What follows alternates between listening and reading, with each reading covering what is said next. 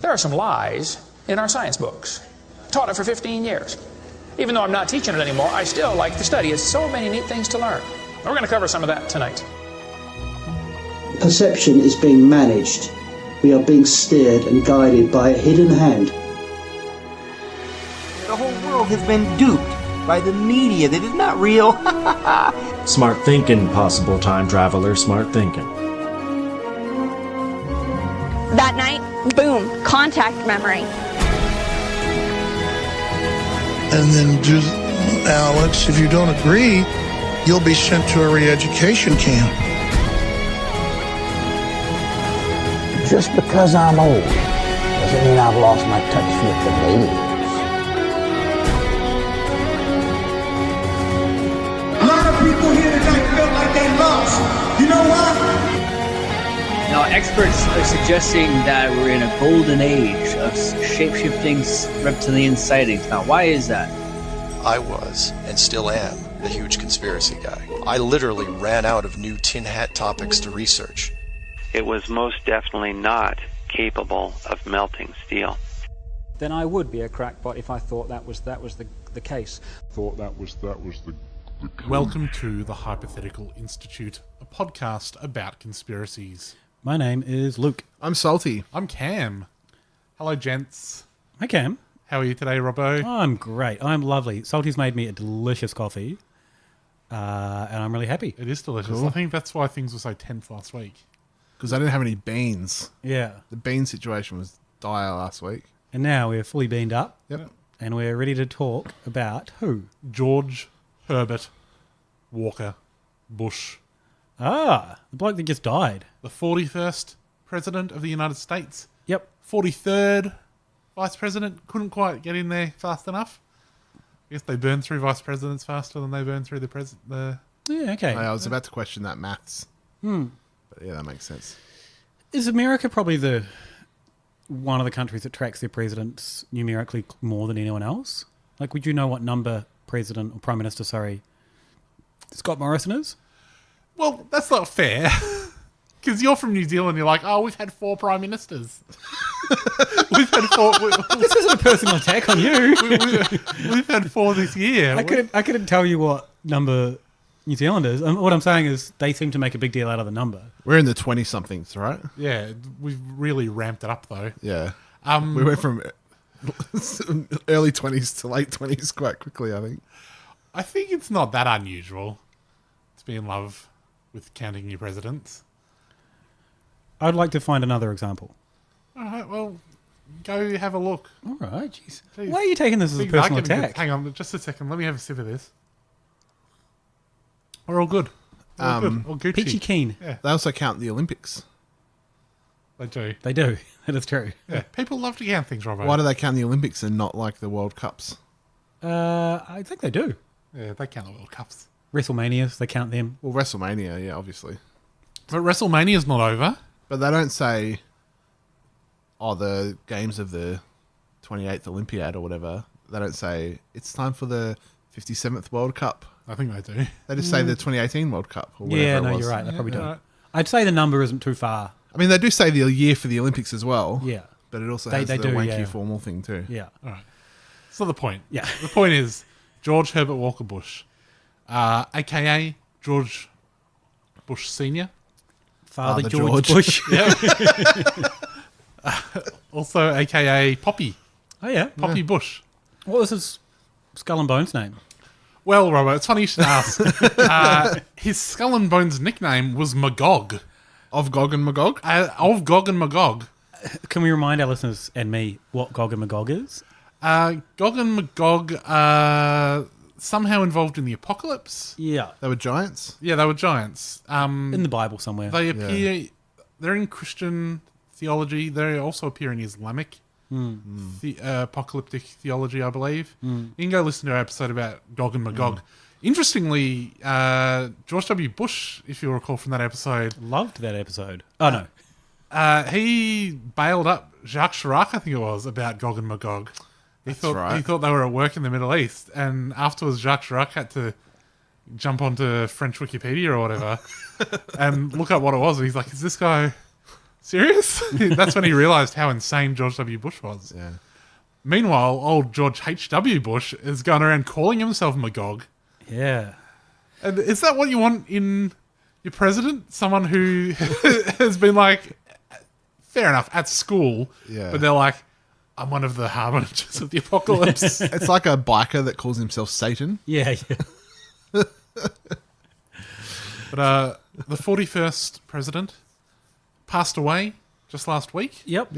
His funeral was today, as we're recording this. Shut down the United States, essentially, as he lay in state, I think they call it. So after his death, there's been a lot of people saying how great he was.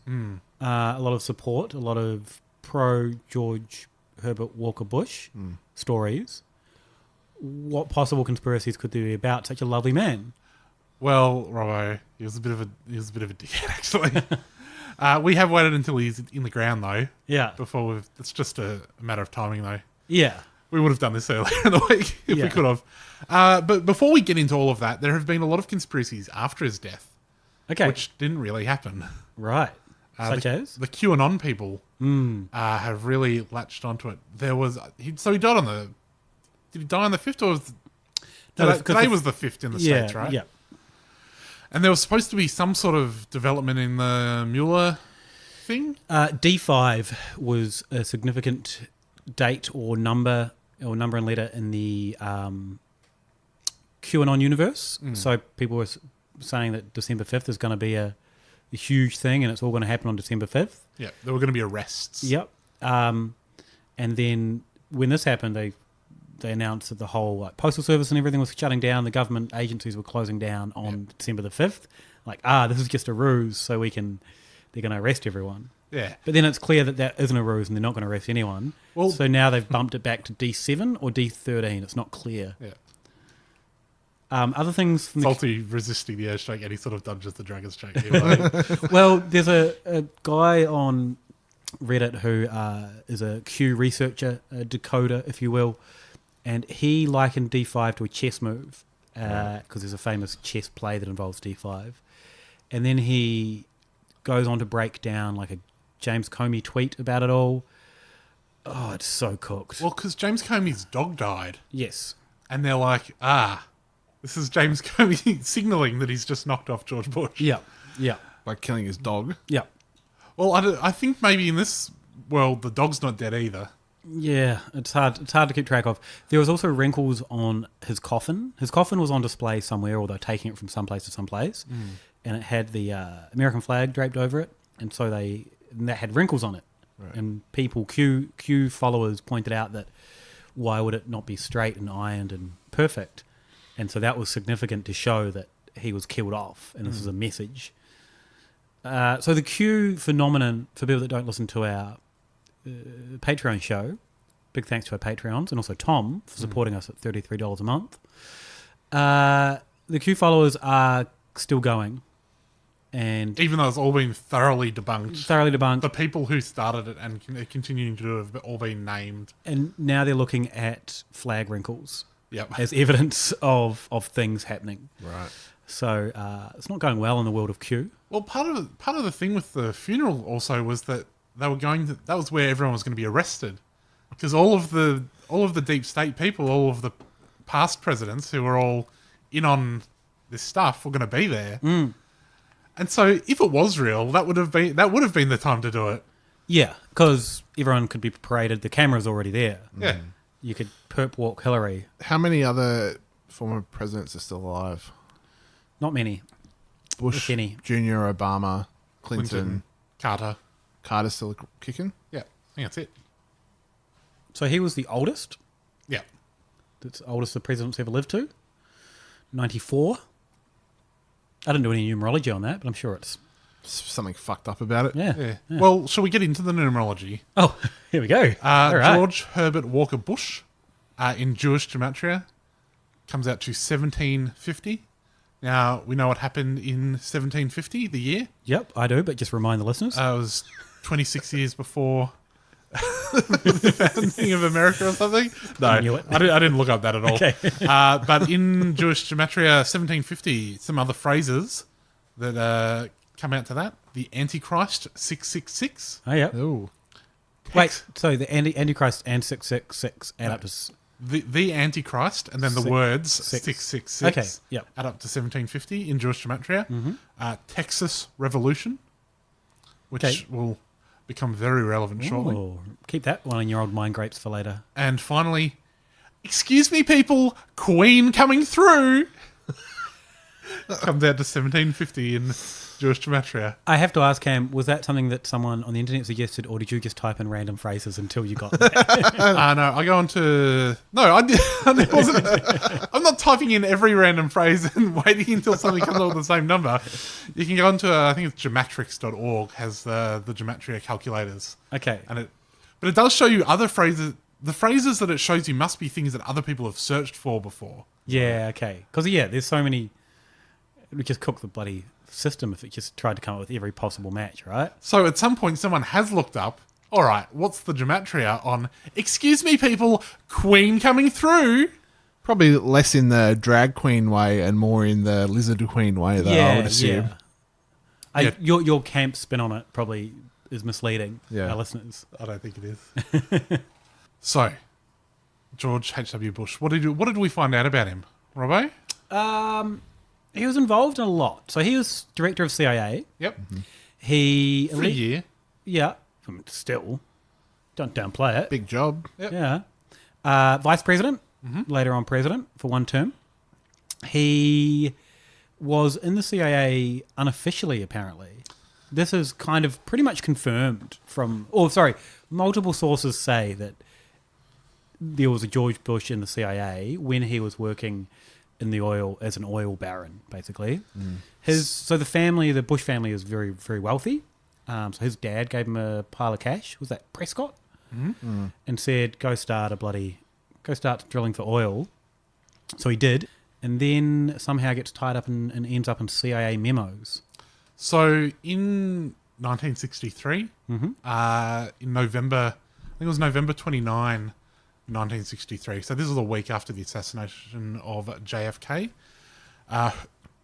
Herbert Hoover, the head of the FBI, sends out a memo in which he refers to a briefing that was given about pro-Cuban, anti-Castro Cubans in the wake of the assassination of Kennedy. And he says that the memo, that briefing went to a couple of people, including George Bush from the CIA. Now, that came out years and years later when Bush was either running for president or he might have been vice president at this stage. But they said to him, what's the go with this memo from Hoover that names you as being in the CIA in 1963, even though you officially don't have anything to do with the CIA until 1976? He's like, nah, Don't think that was me. Some other George Bush. Well, they go to the CIA. They're like, "What's the go with this?" And at the CIA, they're like, "We neither confirm nor deny." Yeah. No, they said there was another George Bush that it was. The first thing they said is, "We neither confirm nor deny," and then they were like, "Hang on, that's probably not going to cut it." And so they said, "Oh, look, we found out there was another George Bush. There was a George W. Bush who was in the CIA at the time. He was a different guy. He worked the night shift." As an analyst, and it was him. But even though we are one of the biggest surveillance, organizations in the world, one of the most advanced spy agencies, we don't know where he is. This former employee, he could be anywhere. Anyway, the journalist who had originally dug up the memo went out and found George W. Bush, the former CIA analyst, who was still working for the federal government for like the social services or something. Man, he would be getting a good retirement package, I imagine. Well, I don't know if he will, because the journalist said to him, is this you that's in this memo as having received this briefing about the Castro stuff? And he says, absolutely not. He signed an affidavit saying there's no way that was a reference to him. Right. All I am is a night shift analyst. Why am I getting super high priority info about Castro? So... that was not Bush's only involvement in the stuff surrounding the Kennedy assassination. So I got a lot of this from a couple of books, one of which was The Family, The Real Story of the Bush Dynasty by Kitty Kelly. Oh, sorry, can I just jump in? Yeah, go on. So there are also allegations from former CIA staff as well. So not only is he in memos, but there's a US Army Brigadier General Russell Brown wrote there was a cover-up of the oil company's CIA connections. Right. A couple of other CIA guys said that George Bush was officially an asset, CIA asset. Someone else said that he was part of Operation Mongoose, which was the anti-Castro operations, and a couple more. So a lot of people in and around the CIA at the time were saying, he was involved. Georgie boy. Yep. There was a guy called Colonel L. Fletcher Prouty, who was Chief of Special Operations for the Joint Chiefs of Staff until 1964. He said that Bush was involved in the Bay of Pigs debacle. And just so we're clear, that's not the bay where you can go and wade in and there's tiny little pigs that swim around. They come out and swim and meet you. Yeah. No, that was I guess we'll probably have to do a segment on the Bay of Pigs at some point. Okay. But that was it was just one of the anti-Castro things they tried to do in Cuba. It was a massive, epic failure for the US government. But the code name for that operation was Zapata, which was also the name of Bush's oil company. One of the boats that the invaders used was called Barbara, and Bush was very fond of naming, in the war, he named a couple of his planes Barbara after his missus, Barbara Bush. One of the other boats was called Houston, which is where they lived. Right. He's a fucking imaginative guy, isn't he? Yeah. But Prouty says, Bush was definitely in the agency. How did his emails never get hacked? Surely his password was just Barbara. I don't think he ever actually used email. By the time email came around, he was groping people in photos. Yeah, true. So it seems to me very likely that Bush was in the CIA. I got pilled on this. I can buy it. I guess just on the name Zapata or Zapata, it is a place. I think it's multiple places in Cuba where they were doing the oil operations.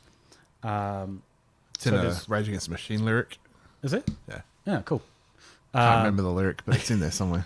So, like, I guess it's not a stretch to think that, if you're drilling for oil there, you would name your oil company after that. Also not a stretch if you're going to do military operations, you'd call it after where you're going to do it. The Barbara and the Houston thing, I don't know. I can't explain that. I can sort of explain it, even though I will note I am still pilled on this. Okay. There were like a bunch of ships as well. Right. It gets like put out like these were the only 2 ships. Yeah. No, there was a bunch of different boats involved, and they all had a bunch of weird names. Yeah. So there was also Atlanta and Mary and all that. Yeah. All right. Now, I did get pilled though on the idea that Bush was in the agency because multiple people said he was. Multiple people said he was. It's one of those things where it's like, why did no one follow this up? It's like, well, I guess there's no hard evidence, so it's one of those things that's hard to follow up. But you've got to. It's not like no one ever said it. A bunch of people did come out and say it. Also, like if it was just this one article, and it's like, all right, nobody came out and corroborated this. Yeah. Then I'd be like, no, there's no way. But the fact is, a bunch of people came out and were like, yeah, that's true.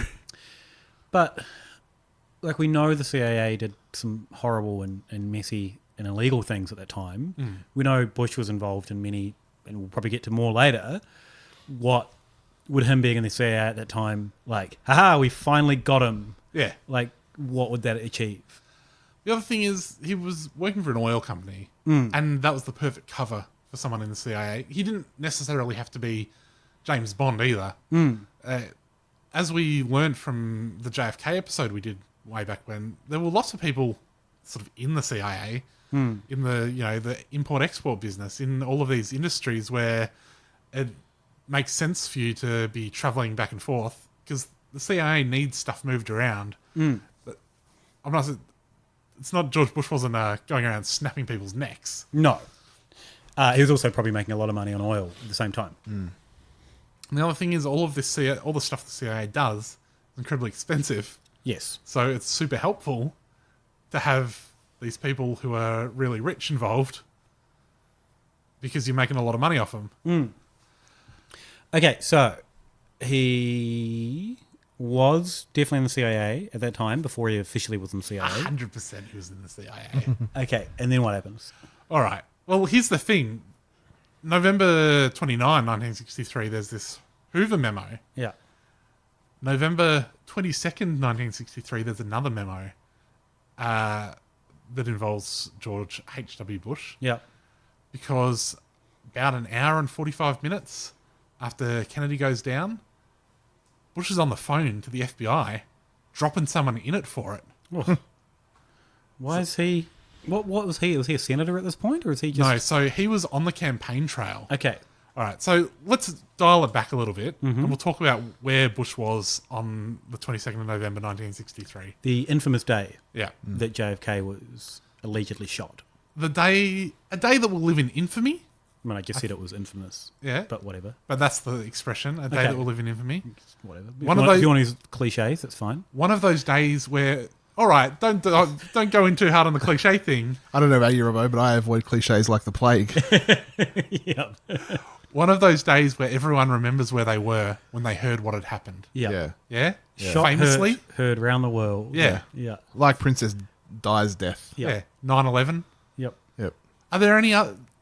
JFK, 9/11 and Princess Di are the three big ones for that, right? Moon landing is probably up there. Yeah. Yeah. Well, everyone's... Supposed moon landing. Yeah. Yeah. At any rate, everyone remembers where they were. If you were to ask George H.W. Bush where he was when he heard, somewhere in Texas. Huh. I mean, that's... When was he asked that? Like, when he's lost his mind a few days ago, or... So, there's a famous quote that I really struggled to pin down where it came from. I think I eventually did. I think it comes from The Family, The Real Story of the Bush Dynasty by Kitty Kelly. She doesn't really attribute to where it comes from. I think it was from some sort of interview while he was running for president, maybe. Okay. Right. But she really goes in hard on the idea that he doesn't remember where he was.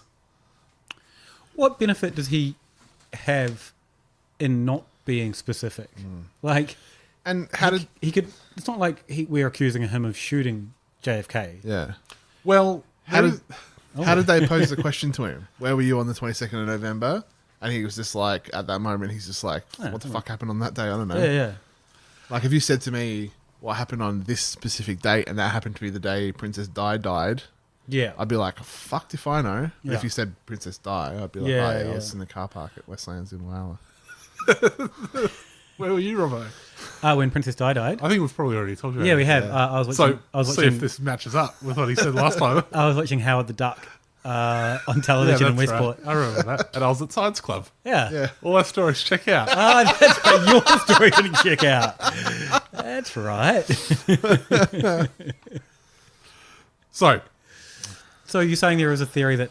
Well, there is a photo outside the book depository that people say is Bush. Right. And... Is it actually Woody Harrelson's dad? Oh, no. It looks a lot like Bush. Okay. Especially when you put the photo of him standing in the same position next to a photo of this guy, which is it's not that clear a photo. Okay. But if you run like A Fortuna or whatever it is over the top of it, like a really dramatic version, like dun dun dun dun dun dun dun dun. Okay. Or however that goes. I don't. Yeah. So like if you put dramatic classical music over it, Yeah. you're like, holy shit. Yeah. And then they're like going in on the face, and like they do have very similar faces, and then it like zooms in on their shoes, and you're like, this is not a conclusive match. Do you mean if you put music over it just for dramatic effect, it looks like him? Yeah. Well, it helps set the mood. You think you're seeing something. Okay. Maybe if you put some Dun dun dun. if you put some red lines, a little box pulling out the guy. Yeah. But when you're comparing their shoes, it's like, that's they're a reach. They're just wearing similar shoes. Also, I bet he owned multiple pairs of shoes. So, like, comparing the shoes. Oh, yeah. That dude, I bet he just fucking loved wearing different shoes. Yeah. All right. That So oil money. Jeez. Yeah. The thing Nazi is- oil money. Yeah. So this quote does go around. It's like that he doesn't remember where he was or what he was doing. But it's a weird one because it doesn't matter if he remembers it or not because it's on the record where he was. He was giving a speech to the Kiwanis Club in front of 100 people. Right. When the bullet rang out. And one of his...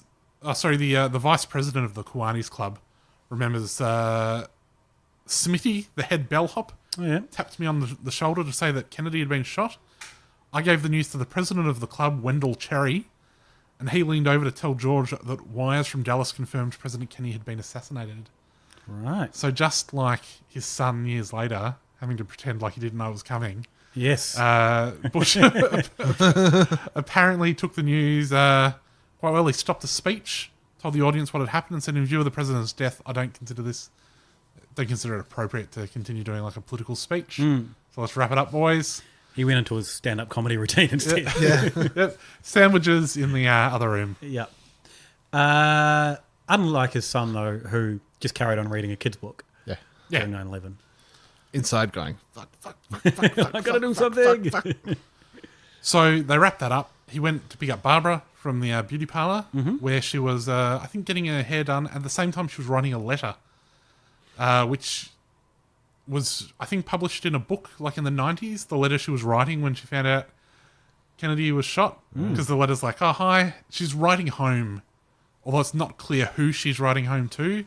She's writing home to her, like, adult parents who she, like, doesn't really get along with. Right. She's writing home to, like, her sister or something.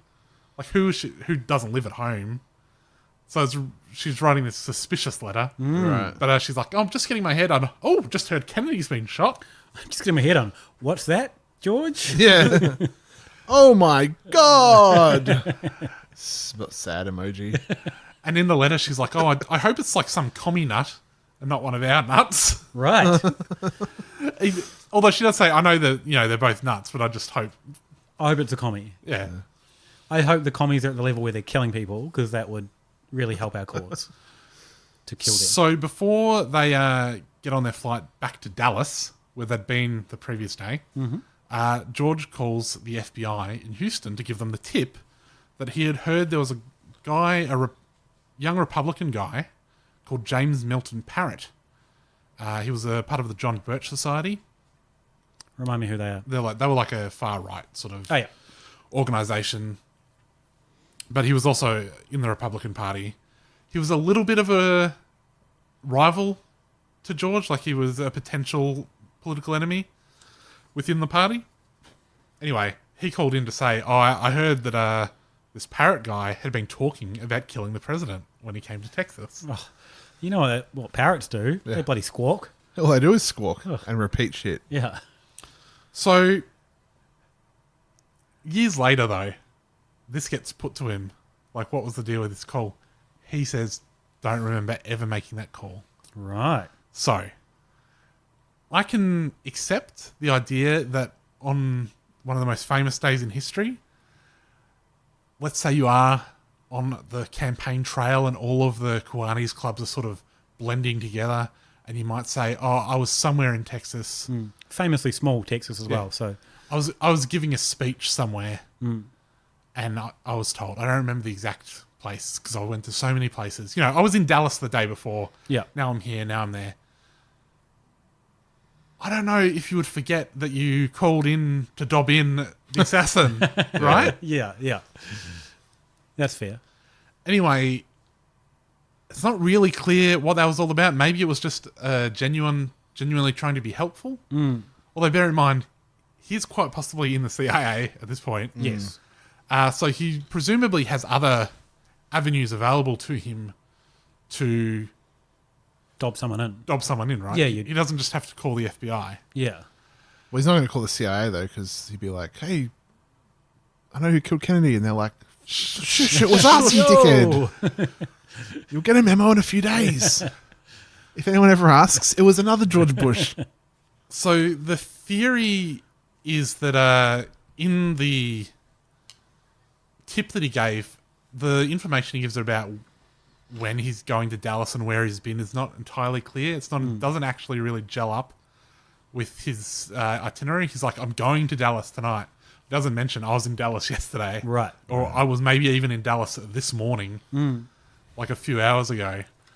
And so they're thinking maybe it's to set up an alibi for that. And then this parrot guy, the idea is that it was clearly he had no involvement. And so that was like a double alibi. He was going to be...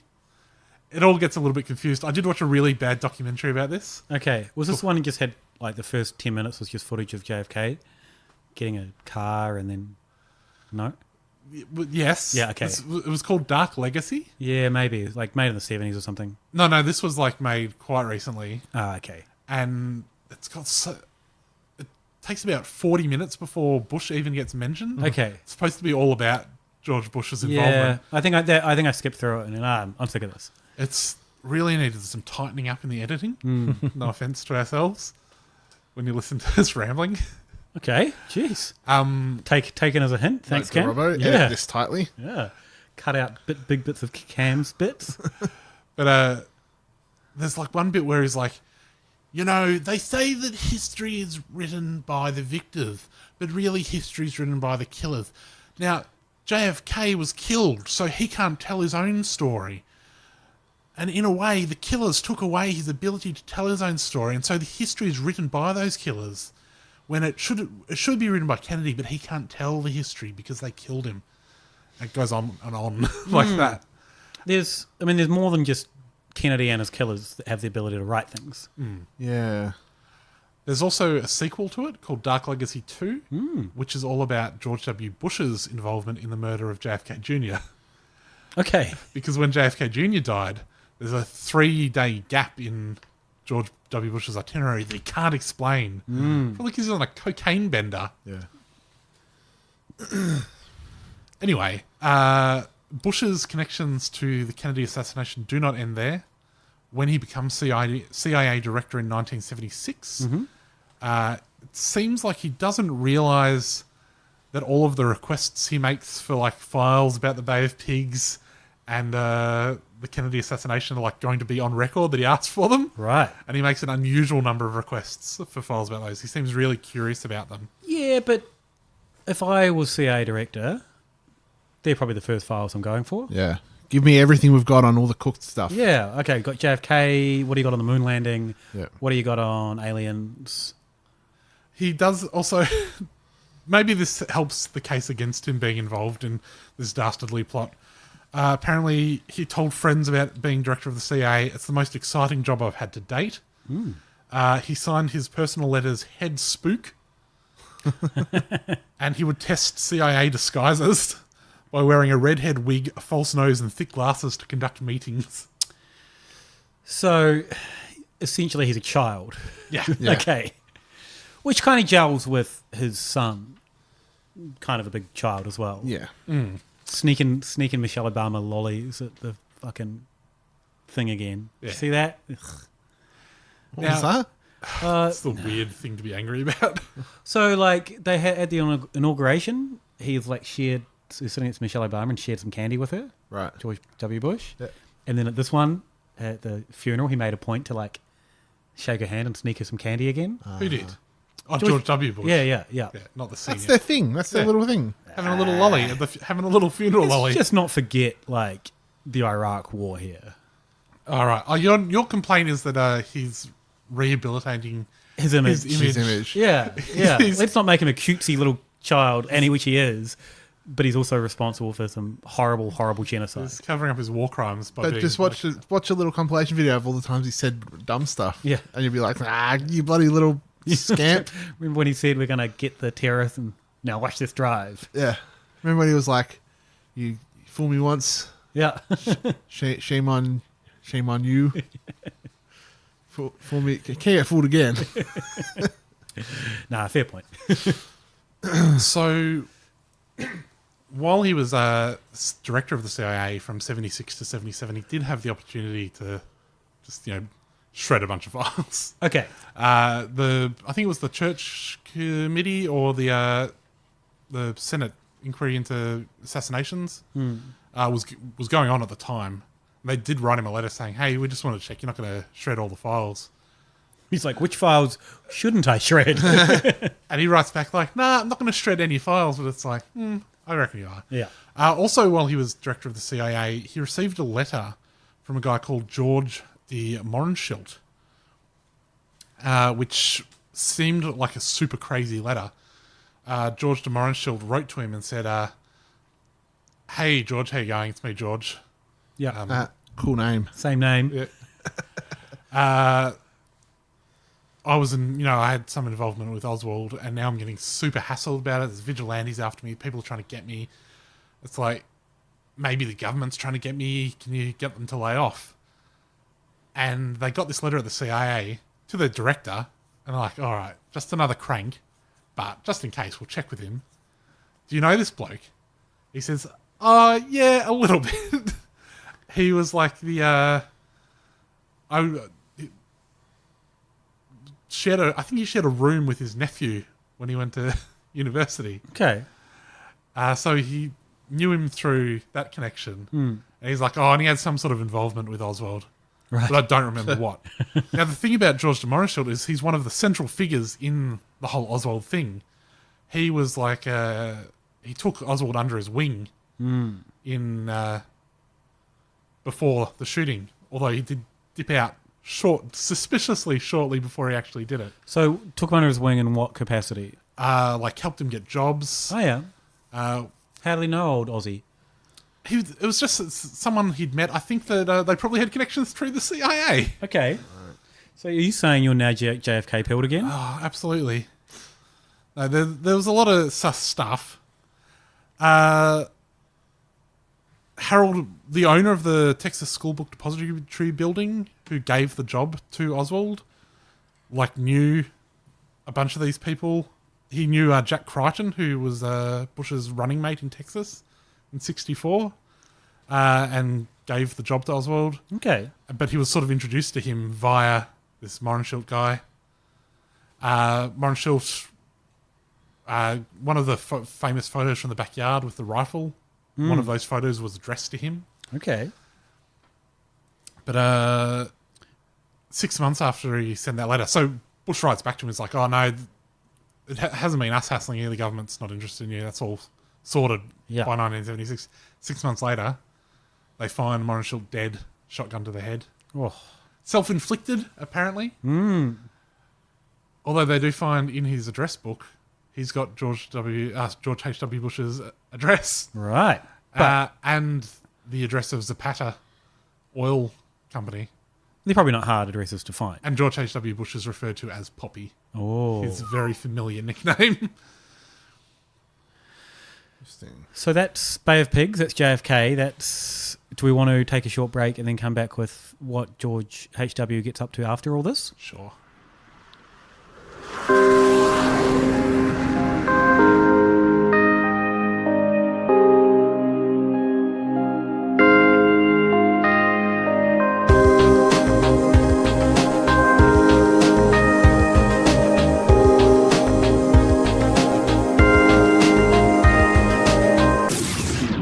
So we've talked about Bush, who was definitely in the CIA. Mm-hmm. Whether he was involved in the Kennedy assassination, He was definitely in the CIA being the director of CIA. Yeah.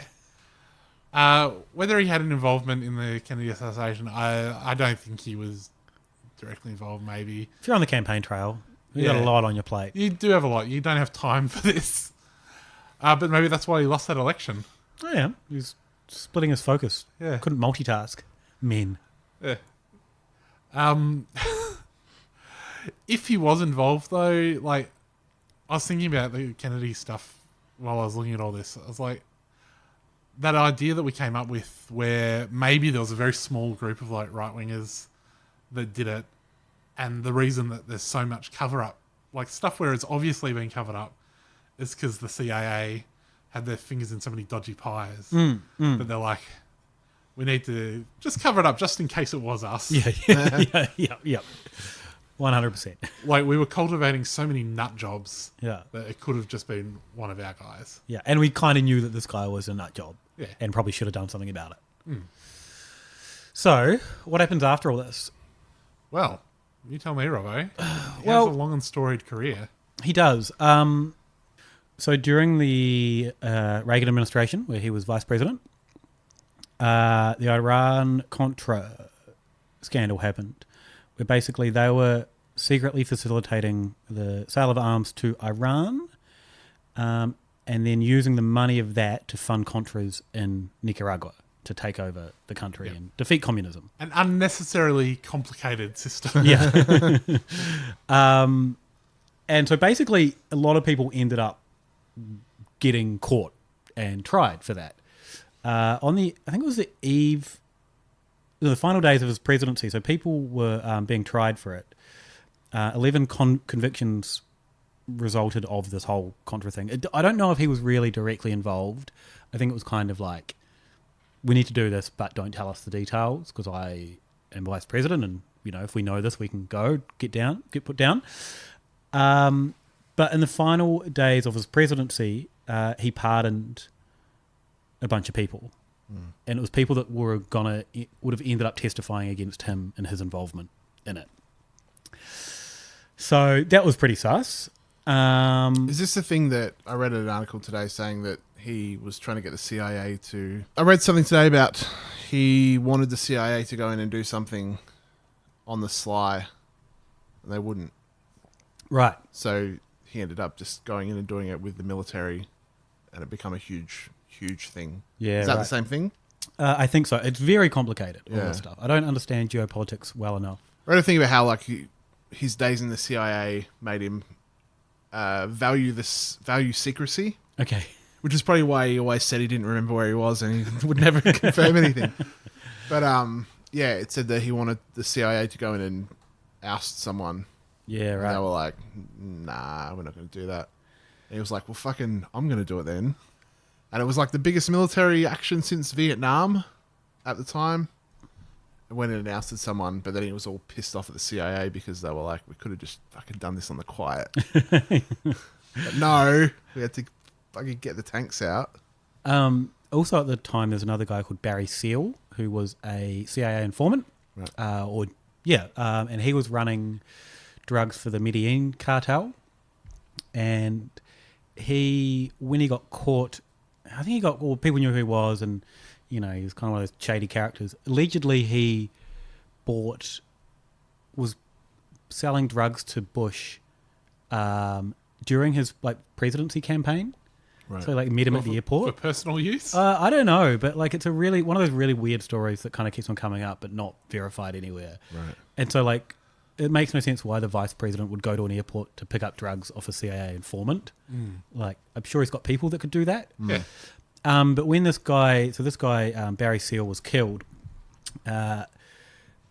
officially killed by the cartels, but the story I read about it was questioning why the cartels would kill a CIA informant, because that would bring heat on them. And so it was definitely the CIA that would do it, because they're the ones that would do it. But I'm like, I feel like the cartels would probably kill a CIA informant. Yeah. Cartels famously violent and love killing people. Yeah. And famously not the hugest fans of informants. Yeah. No. Also, the story said, so consider the mathematics of the hit. 7 people were arrested, only 4 were charged, and only 3 were convicted, which proves something. Yep. I mean, it probably proves that... the mathematics add up. 4 plus 3 is 7. Yeah. It also proves that 7 people can't all gather around a trigger and shoot someone. Yeah.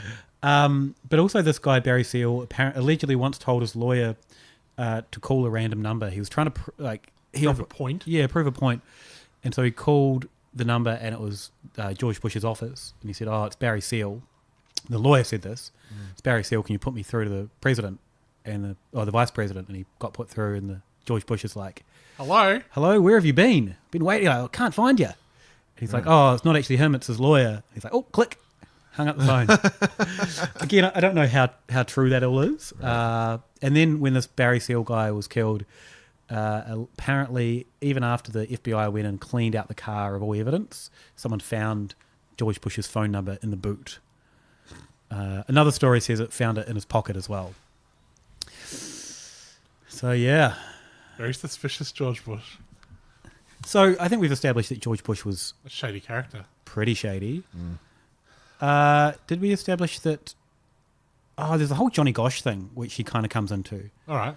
Do you guys know about this? So, during the Reagan-Bush presidency, there there was a scandal where male prostitutes were given a tour of the White House, and there's no sort of it was never really clear who was involved in that. Was it just the like the White House tour guide people involved in it?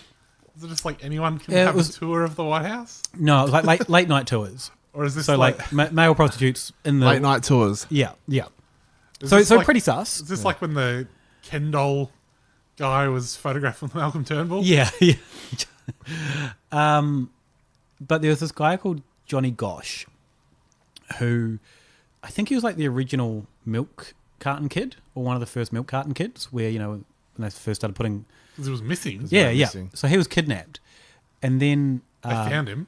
No, they've never found him. Okay. And they kidnapped, and it's been alleged, a lot of theories that he was kidnapped and then sold into slavery, or various other crazy theories, or maybe I don't know.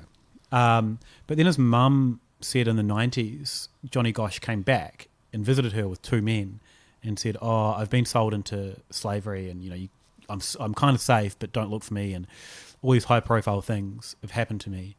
And somehow he's tied into. He allegedly was one of the male prostitutes that toured the White House. Yeah. And Bush wasn't like, hang on a second, I know you. Yeah. But then he came back again in relation to George Bush Jr. So when George Bush was in power, there was this guy called Jeff Gannon, who was a gay escort. And he ended up with White House press credentials and would ask like a lot of softball questions of George W. Bush, like, "Hey, the Democrats are crazy. How are you going to deal with it?" And then it kind of comes out like everyone's like, "Who is this guy?" And it turns out he was using a false name and he was a male escort. Yeah. And then people are like, "Oh, we think he's actually Johnny Gosh." Oh. And like MSNBC did like a whole report on it, and they got his mum on, and they're like, "Do you think this is your son?" And she's like, "Well, no, I don't think so, but no one's really put us in touch, and it's a bit weird." I don't think he is her son at all, but nobody is like, isn't it weird that the milk carton kid is at the press briefing? Yeah. Of the president? Yeah. Like, what's happening here? I guess he'd look different if he was older. Yeah. He would have been 35 at the time. Jeff Gannon was 48. And the video I was watching came up and it's like, does he really look 48? I'm like, yeah, that's probably about right. Plus, if you're 35 but you've spent your life in slavery, you might look pretty haggard. Oh, yeah, that's you fair. might look 40-odd. That's fair. So, yeah, that was, I guess, another one that's full of rumours and little half-truths. Yeah, but they've went a little overboard on the Yeah.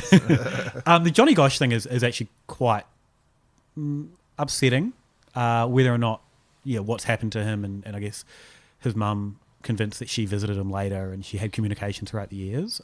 Interesting wiki read. Are they all? Is this the internet blasting out that he was taken to like a secret pedo ring? Yeah, that's kind of the. Yeah. And I think I can't remember all the evidence around it, but it's an unsolved mystery, we'll say. Do you think that someone actually visited her? Hard to say. Has done a trick on her, or has she just lost it? Hard to say. You don't want to cast aspersions on someone that's gone through that. Well, I'm not casting aspersions. I'm saying she's either been tricked. Yeah. Or she's lost it. Yeah. Both of those things are equally look, possible. to be honest, I don't know how convinced I was reading her account. Okay. So now I'm casting aspersions. So you're having to go with the victim of a kidnapper. Yeah. Kidnapped victim. Yeah. Right. Also, George Bush is a bloody reptile. Yeah, of course. Well, yeah. Did you guys see the video of him turning into a lizard? I've seen the one where his eyes go into slits. Yeah, that's the one. What did you think about that? It's like all of those videos where people's eyes go into slits. It's like bad video compression. No, this one's different, I think. Because Right. I watched it in super slow-mo, and I spent some time watching it. And the theory is that it's a camera flash. So so he moves his eyes to the side, then a camera flashes, and that covers up half his eye, so it looks like it. And you hear this noise. Yeah. And I was watching one video, it's like, hear that noise? I'm like, I can't really hear it. Like, I don't know what you're talking about. And then I slowed it right down, and there is a noise. I'm like, oh, I feel like you've just added that in. So I went to watch a few more videos, and there's definitely a noise that times up with it. Right. Yeah, it's the noise of his eyes going into lizard. His hologram like fucking fritzing out. Well, one of the videos I said like they said it's definitely not a camera because it was picked up on his own lapel mic. Like, how do you know that? Yeah. How do you know And- what mic it's like from this grainy video? Yeah. What mic is picking And- up what? Lapel mics will pick up a camera. Yeah, Yeah. If you've ever been to a press conference. Yeah. I tried to find that photo that was taken because it was a Larry King interview or maybe even a debate with him and Bill Clinton. Right. And so I looked through a bunch of photos. I couldn't find a photo that was like, yeah, clearly there was photographers there. But the best quality video I saw was like, yeah, it's a camera flash. Yeah. I watched a David Icke video where I must admit I phased out during it because he went on for a long time talking about Bush being a lizard and involved in the massive amount of sexual abuse of children and I got some quotes. This whole thing. Cool. From that one. Yeah. That's the one where he's calling him Father Bush. Father Bush, yeah. Which also is a better nickname than Poppy Bush. Yeah. Which, when I was reading stuff about him in the CIA and they kept on calling him Poppy, I was like, can you stop doing that? Yeah. So, Poppy Bush sounds like a Bond girl. I'm Poppy Bush.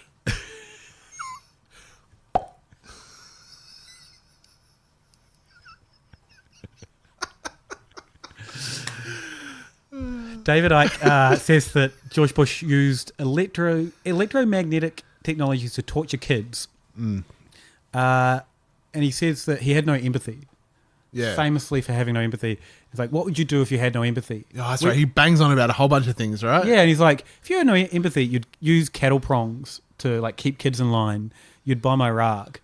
It's like, I don't think... You'd do 9/11. Yeah, and he just kept on going on about like all these things you'd do if you had no empathy. And I go, it's hard to know, but I don't think I'd do that if I had no empathy. Like, why would I do that? Because you don't give a fuck about the people that are dying. Still seems like a lot of work to like torture people and stuff. Yeah, but if you need the energy from their pain and suffering to survive... okay. If I'm harvesting it. Yeah. Yeah, You're like, that's it's it. just fucking food, mate. Like... I don't care about those people that need their energy. David Icke, it's interesting watching him just talk because he's just like, he goes on just quoting people, you know, these people are saying, or people have told me that this is what he does. It's crazy that this is what they do. And he just kind of powers on through like it's just absolute fact that he's using electromagnetic technologies to torture kids. And like, he doesn't stop to even explain what that means. No. So I think David Icke's a little bit crazy. Yeah. Yeah. Yeah, I'm going to go out on a limb and say that one. Brave stance. Yeah, thank you. I also got some good... so the war on drugs. He didn't start the war on drugs, but he kicked it off. Old Bush, not David Icke. Don't know David Icke's stance on the war on drugs. But there's a famous video where he is holding up a bag of crack cocaine in the White House. And he's like, this crack cocaine was found across the park from the White House. And, you know, this is how bad the epidemic's getting and we need to expand and, you know, do all this stuff. It turns out the person that they arrested with the crack, they did arrest him outside the White House across the road, but it was someone that had like, I think he was an informant for the DEA. And so they set him up. The how many? The DEA? Yeah. Sorry. So I've been saying CIA a lot. The DEA. They set him up where they said, oh, can you... Sell some drugs across the road Yeah, from the White like House. when we got a deal across the road from the White House. And then I think he even asked, can you tell me where, like, the address of the White House so I can find it? And then they got him there and arrested him and then used those drugs as a prop. Right. Which isn't a good thing. No, it's just a little mini conspiracy, though. Yeah. You're okay with it? Well, it's not a conspiracy as such. It's just it's a literal criminal conspiracy. Chances are, if they'd waited long enough, they probably could have found some drugs near the White House. Yeah. But it also ties in about that time with was it Willie Hudson? The Willie Horton. Willie Horton, sorry. Yeah, which again is not really a conspirity. It's just a bit mucky. It was a bit mucky. Yeah. Do you know about this one? No. It's weird. It was weird reading about this because this, in retrospect, this has been slammed as like a really racist little campaign thing they ran. I think at the time they did. I don't know. I think they sort of knew a little bit what they were doing. Some of them are like, "Oh, we didn't realize how racist it was." I think I'm a little bit torn on it because where we are in Melbourne, we've just gone through an election campaign where the Conservative Party ran a really racist law and order campaign that didn't work because there's not really a law and order problem. The thing that they were basing this on was a real problem. So it was, I guess, so there was a convicted murderer who had a day pass. Like they do weekend passes for criminals. Well, so they when you say they do, it was just in this one state. Yeah. Everywhere else in the country, they're like, wait, a weekend pass for a Oh no, murderer? I think a few states had it, but No one had it like this, though. Okay, right. No one had it where they're like, oh, even people on life sentences for murder can get the day off from prison. Yeah. Yeah, so you see what I mean? So Yeah. It's not a great situation. No. And so this guy, Horton. Yeah, so his name was William Horton. He was never known as Willie. Yeah. And so one of the sort of racist things about it is they really played up just how black this dude was. Yeah. Willie Horton, they had the mugshot Willie of him. Horton. Yeah, like that's where it gets a bit mucky. So the situation was, I think it was in Massachusetts, maybe, which is I'm not where Dukakis, the Democrat nominee, was from. That had this thing where you could get a day off from jail, a furlough. And it wasn't for murderers. Yeah. It was for like more minor crimes. And then, I don't know, some fucking lawyer is like dipping his wick in. He's like, oh, but it doesn't say in the law that it's not for murderers. And I went to court, and the court was like, well, technically this dickhead's right. You didn't put in the law that murderers can't have a day off from prison. Yeah. So they're like, well, quick, change that. But at any rate, this guy, William Horton, who was in prison for murder for life, I think he'd killed a guy in a gas station robbery and like dumped him in a barrel. He got given like 13 days off from prison. Not all at once, but he was given like 13 weekends off. The idea is it gives you like a reason to behave in prison. And Dukakis' reasoning for supporting it was like, even for people on life sentences, is if we don't have this, it'll just be chaos in prison. Now, I don't really support prisons that much. I think probably as a society we could do things better. Rehabilitation is good. Yeah. Giving prisoners outlets and constructive social activities is really good. But there are, I will say, the law and order imprisonment in general, not that great. Yeah. I'll say the law and order and the sort of racialized element to the prison system, especially in the United States, is very bad. Yes. I'll say, though, that there are ways to make people behave in prison besides letting them out. Yeah. So the thing is, this guy, William Horton, he was let out on a bunch of weekends, and one of them, he was like, hang on, what if I just didn't come back? And the perfect crime. While he was out, he, I think, raped a woman and murdered the boyfriend. He committed assault, armed robbery, and rape. Yeah. So he's still alive and in jail. Yeah.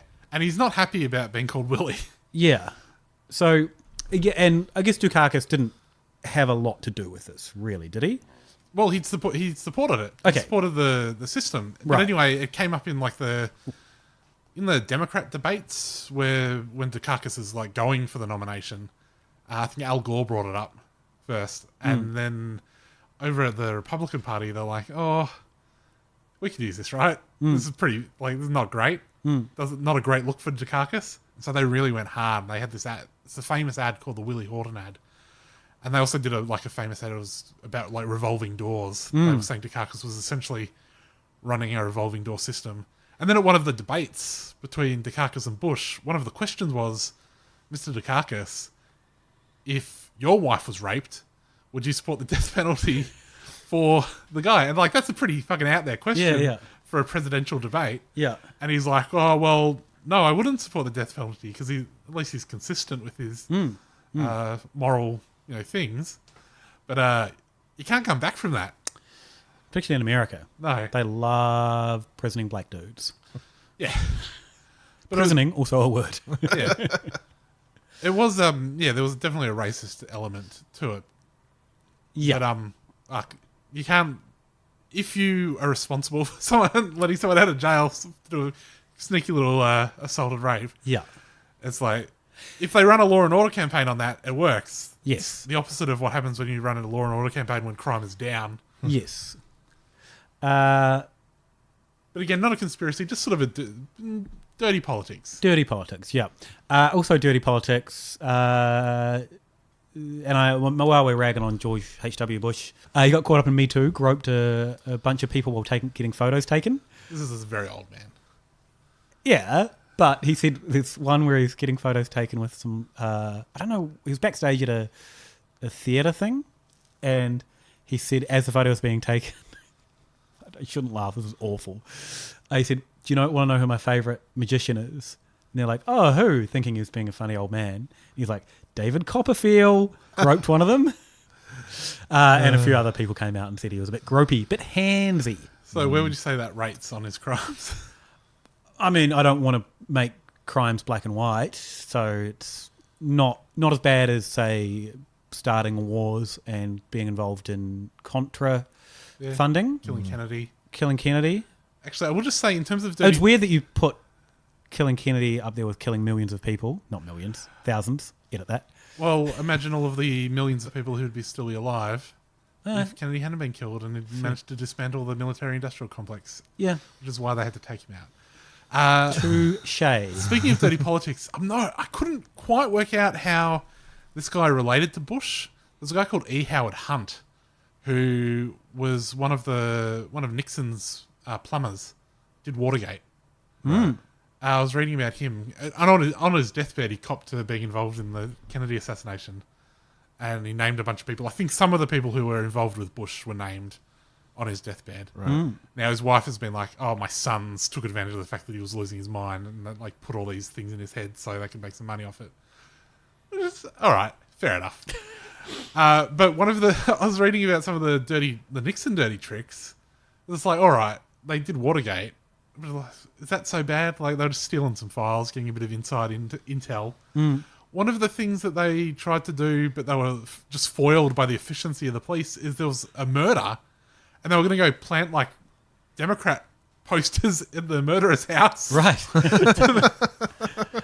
to make it look like he was a Democrat. Which is quite funny now, where Alex Jones, every time something happens, he just starts making up that they're a Democrat. And the SWAT teams, like with the Las Vegas thing, SWAT teams found Democratic propaganda everywhere. Antifa were there as well. It's like they just figured out you don't actually have to do it, you just have to get someone to say it repeatedly. Yeah. So there was also some stuff where he was a bit tied up in the Nixon attempted assassination. Did you come across that? I did not. Tell us more. So I can't recall the exact details. Spill the tea. But I did see this in a video. So the guy who tried to kill Nixon shot him. No, Reagan. So there is some stuff where he's mixed up in Reagan thing. Are you guys across that? No. Tell us more about Hinckley. So Hinckley's brother, I think a couple of days before the attempted assassination, Hinckley's brother was planning to have dinner with one of Poppy Bush's sons. Not George. Not George. Maybe Jeb? Not Jeb. Another one. One of the shit ones. One of the ones that no one cares about. But anyway, so Hinckley's son and Bush Jr., not George Bush Jr., were one of George Bush's sons, were connected. They were having dinner together and stuff.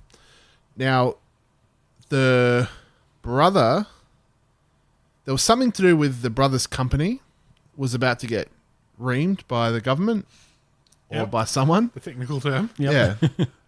And I think Bush's son was tied up in that company. So there's the theory that Bush orchestrated this guy's brother to take out Reagan. Which would also benefit him. Which would benefit Bush because he would be like, hello, Mr. President. Yeah. And he could just go, we're not going to ream that company. Just leave it alone. Okay. So there was all these connections with his son and the brother of Hinckley. Yeah. Where it was a bit muddled. It's like, well, how are all these people connected? Which is a lot of these stories of these super rich, connected CIA people and oil people. I just know so many people that they're all doing something sus. Yeah. It's like, oh, he knows that person that did something sus. Maybe he was doing something sus too. Probably. But maybe not related to that person's susness. In the same video, there was also claims about Bush Senior's involvement in MK Ultra and how they think that George W. Bush was MK Ultra'd, and that's the only reason he could have become president. Because when you look at how fucking dumb he is, it's like, how did he become president? Oh, he must have been bloody brainwashed. Hey, quick question. Yeah. How far are we into this episode? Without mentioning Skull and Bones? Oh, yeah. Well, we did at the start. Yeah, we mentioned Skull and Bones at the start. All right. But, we mentioned Magog. He was Magog. Oh, of course. But you didn't mention, I guess, his dad stole some bones. But that's a different... So, maybe we'll talk about the other Bushes at some point. Yeah. Skull and Bones is a big part of all the conspiracies around the Bushes, though. Yeah. Because Skull and Bones is the secret society, one of the secret societies at Yale. Not so secret anymore, but... No. But I think there's only 19 people are admitted every year. Okay. They have... I was looking at, the admittance rules. So it's like the heads of the sporting teams are automatically in. Good. And then they What if they don't want to be in? Yeah. No, you've got to be Yeah, in. say if I got a You're a basketball skull and scholarship... bone. I don't want to be one. I got a basketball scholarship to Yale, my promising basketball career.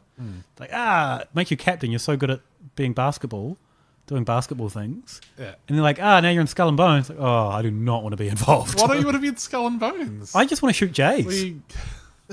And work on my handles. You don't want to be mixing with the elite? Oh. With the elite? I think it's pretty clear that I don't like the elite.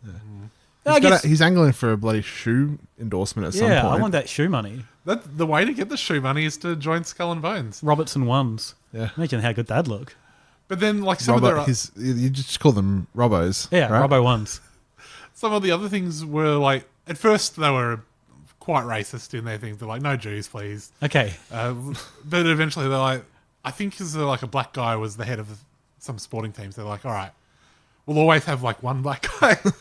But yeah, it was a bit of a breakfast club sort of thing. They're like, we're going to have one jock, we're going to have one nerd. Right. But George H.W. Bush was in there. He was in the club. Oh, Prescott Bush was in the club with the guy who ended up being the sort of chief recruiter for the CIA at the time that George Bush Sr. would have joined the CIA. Yeah. And at the time that George Bush Sr. was in Skull and Bones at Yale, he was best mates with the son of the guy who was the chief recruiter for the CIA. Right. So it's one of those things where it's like, this guy needs a job after college. Of course he's getting recruited by the CIA when he's going off to start his oil company. But again, that's that kind of thing I was saying before. They're all just connected with so many other sus people doing so many sus things that even if the sus things that he's doing are not directly related, you can tie them together in hindsight. Yeah. Now, one of the things I read about Skull and Bones, they do stuff called crooking. These were their little pranks where they'd go and steal stuff. And this is a little bit of an aside. This is more about Prescott Bush. But I'm reading it, I'm like, why did no one follow this up? This is the same with all the obvious CIA stuff. It's like, why didn't they follow that one up? One of the crooks that Prescott Bush and his Skull and Bones bonesmen did was they stole the skull of Geronimo, the famous Native American. Sorry, before we go into that, I think they prefer to be called boners. Yeah. Got him. They went and stole the skull of Geronimo. Right. They dug up his corpse and nicked his skull, and they took it back to the Skull and Bones, their dungeon or whatever it was. Don't go digging up. If there's one way to get a curse on you, it's digging up Native American graves. Yeah. So I'm assuming they're all cursed as a result. Well, eventually one guy does follow it up. I think someone took a photo of it, and the Geronimo people were like, oh, that's not cool. But they did tests on the skull, and they found it didn't belong to Geronimo. It belonged to a 10-year-old boy. And then no one followed up that story. Where did they get the skull of a 10-year-old boy from? Why was a 10-year-old boy buried in Geronimo's grave? Yeah. Maybe, just got the wrong grave? They thought it said Geronimo, but it just said Jerome. Jerome 10. Oh, yeah, he was around a long time ago. Yeah. Probably around 10. They But like even the cooked units people who are like really getting into all of this stuff, no one is like, isn't it a little bit weird that they had a 10-year-old skull in their clubhouse? Yeah, that is weird. That's the weirdest thing that's happening here. Yeah, I agree with that. On the plus side, by not digging up a Native American's grave, avoided a curse. Yeah. Yeah. And then they went on to rule the world. Unless it was a 10-year-old Native American boy. But they went on to rule the world, so... Yeah. Although maybe to keep the curse at bay, they had to keep doing all this horrible shit to people. Speaking of curses on Bush, when they invaded Panama, which is another one of the dodgy things he did, Noriega, who was the guy running the joint, they found that he'd put a curse on Bush. Right. All of this black magic stuff. It was Panama that I was talking about before, that he wanted to get the CIA to do it on the sly. Yeah. Well, the CIA knew that if they went in there, they were going to get black magic. Yeah, you do not want to get black magic. No way. Jeez. All right. So, where do we stand on George H.W. Bush? It's interesting. Dead. doing these ones because like Cosby started doing this in the Donald Trump era, where conspiracy theorists were just all right wing dickwads. Yeah. I'm approaching things skeptically, like to question the people that are, your David Icks and all those guys. Yeah. But then you remember, actually, pre this era, we're actually questioning, the crazy corporations and the military complex, and that was okay. So it was doing this. It's like, it's like the military complex and the governments are fucked. So I think he's fucked. You think he was fucked? Yeah. That's the official Robo stance? Yeah. Go jump in a lake. Military complex. One other thing. Was he knocked off in the end because he was losing his marbles a bit?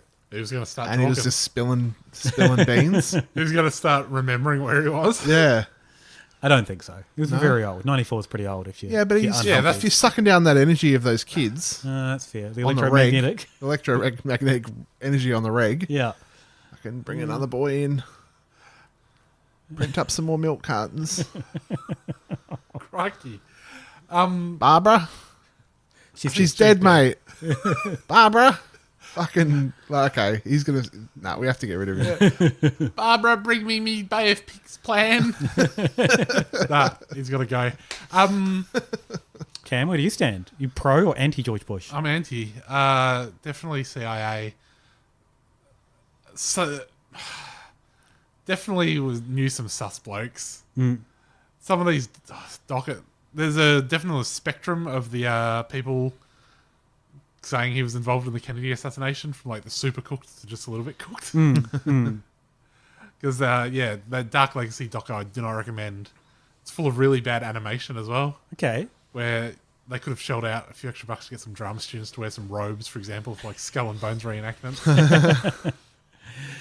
But that was just like rattling off like names and like not drawing any sort of, and then just coming to conclusions that by the fact that these people all existed in Texas at the same time. Yeah. But then you have that other guy, Ross, what's his name?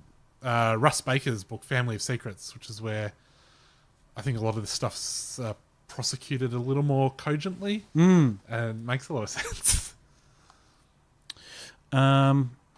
Yeah. Interesting bloke. Off you pop. Salty, anything you want to add to this? Nah. Where do people find us on the internet? Hypotheticalinstitute.com. We are wherever you get your podcasts, Spotify, iTunes, Stitcher, all them places. All the big names. Yeah. We are on Facebook.